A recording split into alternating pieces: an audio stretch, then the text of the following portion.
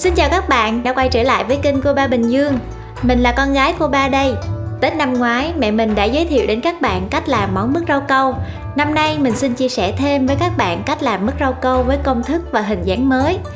Các bạn xem, món mứt rau câu nhìn lấp lánh, trong trẻo như những viên đá quý, có đẹp không này? Món kẹo này còn có tên là Kohakuto, xuất phát từ xứ sở hoa anh đào. Đây là kẹo sau khi đã hong khô, có một lớp phấn đường áo bên ngoài, bẻ ra bên trong suốt, lấp lánh rất đẹp. Bên ngoài vỏ giòn, bên trong ruột mềm, khi nhai có tiếng rột vỡ vui tai. Bạn nào thích nhớ đăng ký kênh để theo dõi những video tiếp theo của mình nhé. Nào, cùng vào bếp làm món ăn này với mình nhé mọi người. Nguyên liệu để làm món ăn này rất đơn giản, gồm có bột rau câu, nước, đường, màu tùy thích. Các bạn có thể sử dụng màu tự nhiên đậm đặc hoặc là màu thực phẩm, và hương trái cây nếu có. Đầu tiên mình pha bột rau câu với nước, hòa với nước lạnh để bột rau câu tan đều nhé. Để trong vòng 15 đến 20 phút để rau câu nở. Bật bếp và nấu sôi hỗn hợp trên. Sau đó cho vào 450g đường, vừa đun vừa khuấy đều để đường tan hết và tránh bị sát đáy. Để hỗn hợp sôi bùng khoảng 2 phút, sau đó tắt bếp nha. Nếu các bạn thích có vị thơm hơn có thể cho hương. Mình chuẩn bị một cái khay để đổ hỗn hợp rau câu này nha. Đổ hỗn hợp qua một cái rây như thế này sẽ giúp lọc bớt bọt. Các bạn nhớ dùng khuôn với kích thước phù hợp sao cho khi đổ rau câu tạo ra một lớp rau câu tối thiểu khoảng 2cm để khi tạo hình sẽ đẹp hơn nhé. Ngay khi hỗn hợp còn nóng, mình sẽ phối màu trực tiếp vào đây luôn. Ở đây mình dùng màu thực phẩm xanh lá và đỏ và dùng màu hoa đậu biếc. Bắt đầu bằng màu xanh lá, nhỏ màu xanh lên rau câu, sau đó dùng đầu đũa hòa tan màu. Với khuôn như thế này mình phối 4 màu, mỗi màu một góc nhé. Nhỏ tiếp màu hoa đậu biếc.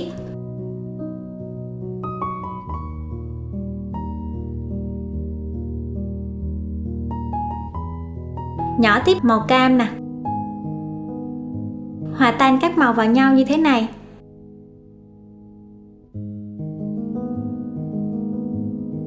Khay này mình để vào tủ lạnh hoặc ngoài không khí đều được, đợi cho đến khi rau câu đông hoàn toàn. Rau câu đã đông lại hoàn toàn rồi đây mọi người. Mình dùng một con dao lắc quanh thành và lấy rau câu ra.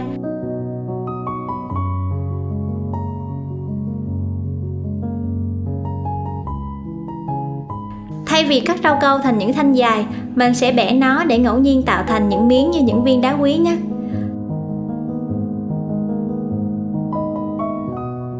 Vì nhiều đường nên rau câu khá là dính.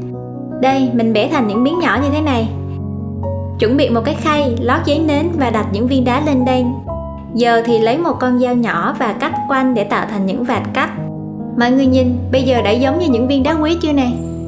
Wow, các góc cạnh lấp lánh đẹp mắt quá.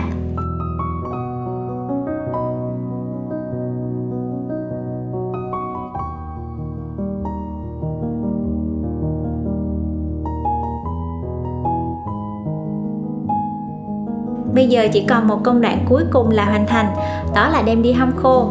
Có nhiều cách để hong khô mứt rau câu này. Các bạn có thể để hong gió ở nhiệt độ thường trong 5 đến 6 ngày hoặc đem đi phơi nắng trong 2 đến 3 ngày. Nếu bạn nào có lò sấy hoặc lò nướng thì mình sẽ sấy trong lò trong khoảng 24 giờ. Bây giờ mình sẽ đem chỗ rau câu này đi sấy nhé. Bật nhiệt độ 100 độ C, chế độ 2 lửa có quạt để hé cửa lò để nhiệt thoát bớt ra nha. Với mứt rau câu các bạn nên sử dụng đường, nước đúng với công thức để khi phơi khô mứt của mình không bị tóp lại và lượng đường đủ để tạo phấn, đóng cứng bên ngoài tạo độ giòn cho lớp vỏ. Mứt rau câu của mình đã sấy xong rồi, giờ mình lấy ra khỏi lò để xem thành phẩm nha. Phần vỏ ngoài cứng như thế này là được. Các bạn xem, bây giờ bên ngoài đã bám một lớp đường mỏng cứng.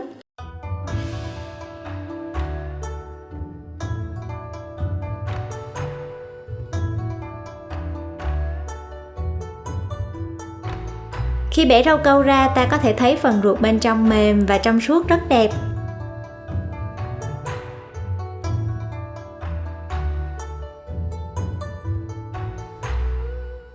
Mình sẽ ăn thử nha.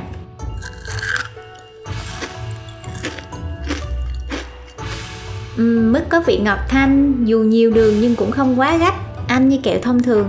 Khi nhai giòn rụm có tiếng rột rột nghe vui tai. Các bạn xem này, nhìn như những viên đá quý thực sự vậy. Mình bỏ vào hũ thủy tinh để bảo quản nha. Wow, nhìn những viên đá xếp trong hũ cũng đẹp quá này. Món ăn này dễ làm quá phải không nào? Làm món mứt này để đãi khách hay biếu tặng vừa đẹp mắt vừa mang hàm ý may mắn, năm mới nhiều tài lộc. Chúc các bạn thành công với món ăn này nha. Cảm ơn mọi người đã theo dõi hết video. Hãy bấm đăng ký và bấm vào cái chuông để tiện theo dõi những video mới của mình nha. Chào tạm biệt và hẹn gặp lại.